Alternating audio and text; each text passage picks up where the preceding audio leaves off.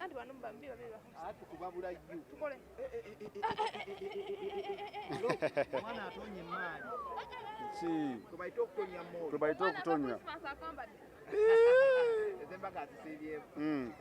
kyekiro ngonekedde mwana Justin tinga bumanyi red carpet obwino ofuluma so nange nsazewo nfulume bwentu bwenfuluma naye baba timu shiba kye muntu koze no si red carpet anti kati sponsor wa blue so kachovola ba ya blue newe baba sponsor my sponsor bwate bwaba bwasazewo nti alina terms ze you need to go by the terms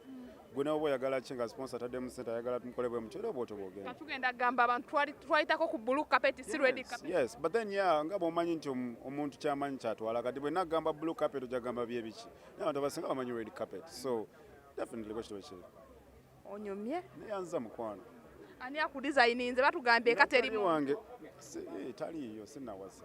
nenyina chali wange ya style za mita Farao nga imani no kunyuma so yeah nyumye tuli mu dola mmeka ebyo sibimanye bya sente just no nyumye era mwetaze munonye kwa mita Farao's collection omukyalo owasadi mukyalo Farao's collection omukyalo owasadi bakutaya omukyala lwaki mwagala nnyo okuwasa nga temunaba kwetuuka kuwasa temunaba no it's not about age omuntu yenna okuwasa olina okubanga weesobola mupapanyi sobola abaana babandi mubalumya enjala ne mubamenya emitima okyeyiiya oyagala kuwasa ofaaki sooka weetereeze ojja funa omukazi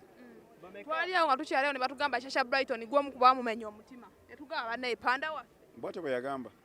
abagamba ne bagamba kale twalabe bakugamba munnaaye nekituufu kiri kitya bwaba ye yakugamba bwati then byandi bebituufu naye bwaba si yakugamba omuntu omulala yakugamba then twala ebyabagamba maye abantu naye boogera nnyo soli kyayagala okumanya kyamanyi kyoba omulekera munnaaye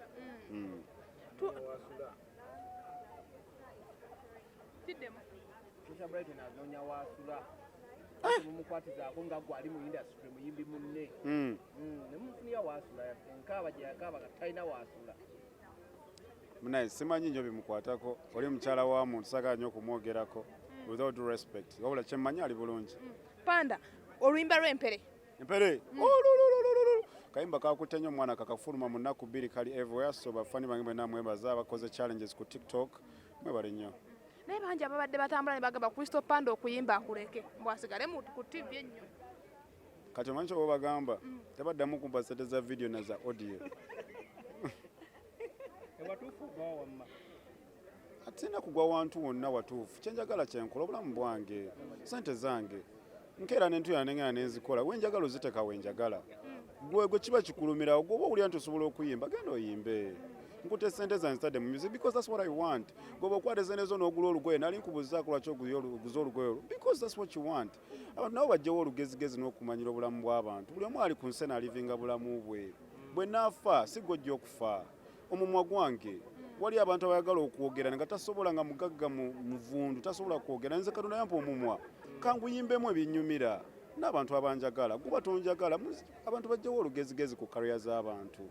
lwaki gwontegera nyina omutwe singa nali njagala Katonda gwontegerere Katonda yanditugasse emitwe obwongo ne bubanga butambulira mu mitwe ebiri kyekyatwawuza emitwe abantu bagala nnyo okwefuula abagezi mu bulamu bw'abantu mulekerawo okwefuula abagezi mu bulamu bw'abantu beera mugezi buyino mu bulamu obwo abantu abamu oliyinza okusanga bambi kyenkola takisobola naye nga tiyandyagadde okikola naye nga just yeetya banandaba batya neze seetya bro nyimba binyumira abanyumiddwa ne banyumirwa oli bwagamba nti Panda sigala mu presentinga aba mukyamu naye asigale mu nju ye asigale mu layini ye nange nsigale mu layini yange gwe lwaki obwelingiriza ebyange gwe bwowulira oluyimba lwange balukubye ku radio gijjeeko bwowulira oluyimba lwange balukubye ku TV gijjeeko batonjagala leka abanjagala bo bawulirize nze nali nkugambyeko nali Ndekeyo negamba lwaki olidde obutula lwaki olidde ennyama just that nti bantu kwegeziwaza kwefuula nti bategeera nnyo obulamu bw'abantu naye oba tomanyi nnyo si ku meeting ngako tewefuula nti omanyi nnyo ndaba bulabi nyumira obulamu bwonange nyumira obwange bwe naafa ojagamba kale boyi yafudde kikuveeko ogende nenze nyumira bulamu wange koze nkyali mulamu nebaza Katonda okumpa obulamu n'omumwa n'eddoboozi waliwo abaagala eddoboozi nga tebasobola ate waliyo omuyimbi ng'ayimbidde emyaka 20 nga takubangaho hit song naye atamanyi kuyimba nziina so Katonda munaaye asobola okukuwa ekintu nga tomanyi ate abantu beezuule weezuule abantu abamu tebannaba kwezuula nenze neezuula bye binnyumira manyi okupresentinga manyi okwemusinga manyi okukola ki okuyimba ebyange binnyumira naye waliyo omuntu nga osobola omuwa mike nga manyi kupresentinga kwokka nga tasobola kutwayingako ebira because ati abanandaba bati nezi banandaba bati oyo namuvaako nyina sente zenfuna mu music ezinyambye okuzimba obulamu bwange gwayogera tolina kyewali ompadde kati gwe yogera bigambo byoganze bwenkuba endongo yange awo wennyini twakoma nga olina olutalo ne Zex lwakoma sina lutalo na muntu kino njagala nkimaking clear nga naawe bw'onaatandika akabusiness ko nga naye bw'onaakola show n'osasula omuyimbi ne muteesa n'omugamba blood nyinawo sente bwe zityo nankolera nti ye naazikwata gwoba okoze ensobi tukoze ensobi kambabuuzeeyo kati singa abaana abo beekalakaasa amasomero gombi ne bookya essomero andibadde mukomera kati Crysto naye kati omuntu ng'oyo bw'aba teyatekinga responsibility n'amanya nti kyenakola kibi muganda wange ono kaŋŋende kale netondera abaana banzeyo ssente ye n'asigala ng'akyavimba arrogantly nga interview azikola arrogantly engeri gy'addamu bamubuuza ku ssente yeefuulafuula mbu bro you don't talk like that omuntu we muku respect at least work respect bafaani abasasula abaana okitegeera naye bw'abanga ye kyalaba kyakola musajja mukulu ali above 18 oba kyalaba kyakola kituufu yentegeera ye ndowooza naye nze ng'omuntu nalaba si kirungi naye era nze nali nsuubira nze engeri gye ndowooza nali nsuubira ye act mature because muntu mukulu naye bw'aba bwatyo yakola ezo sente bakola nkole kansuubire one day sente bakali zamuzimbamu bayazikolamu ekyo nekimuzimba baba yazikolamu ekintu kyonna kamusabire kirande naye ensi eno teyaza sikyazagala azisigaze wabula nti nali mumusabye oba asigaza sente aveeyo yetondera abaana bafaani abaana babawa sente omwana wakwata ku pocket money n'asasula show kitegeeza ayagala kulaba muyimbi obwatajja abeera disappointed kati gwe bw'otajja ate gwe nawe n'osigala ng'okyavimba ego abayimbi abamu balina ego z'ekisiru kakkana ogamba abaana bannaye saasobola because of A and B naye teweetunze olaga nti oli wakabi kale omanye ensi eno ekyuka bweti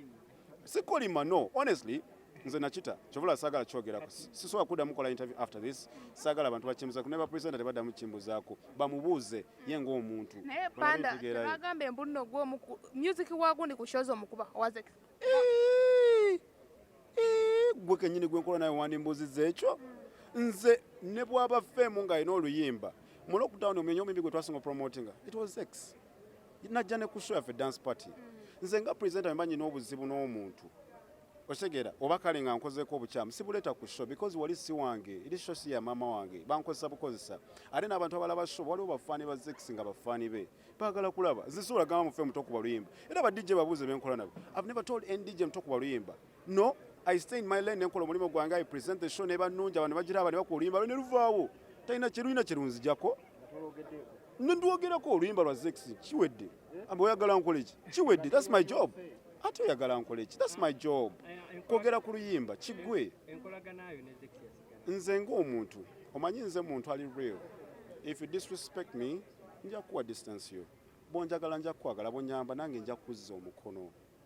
okitegeera bro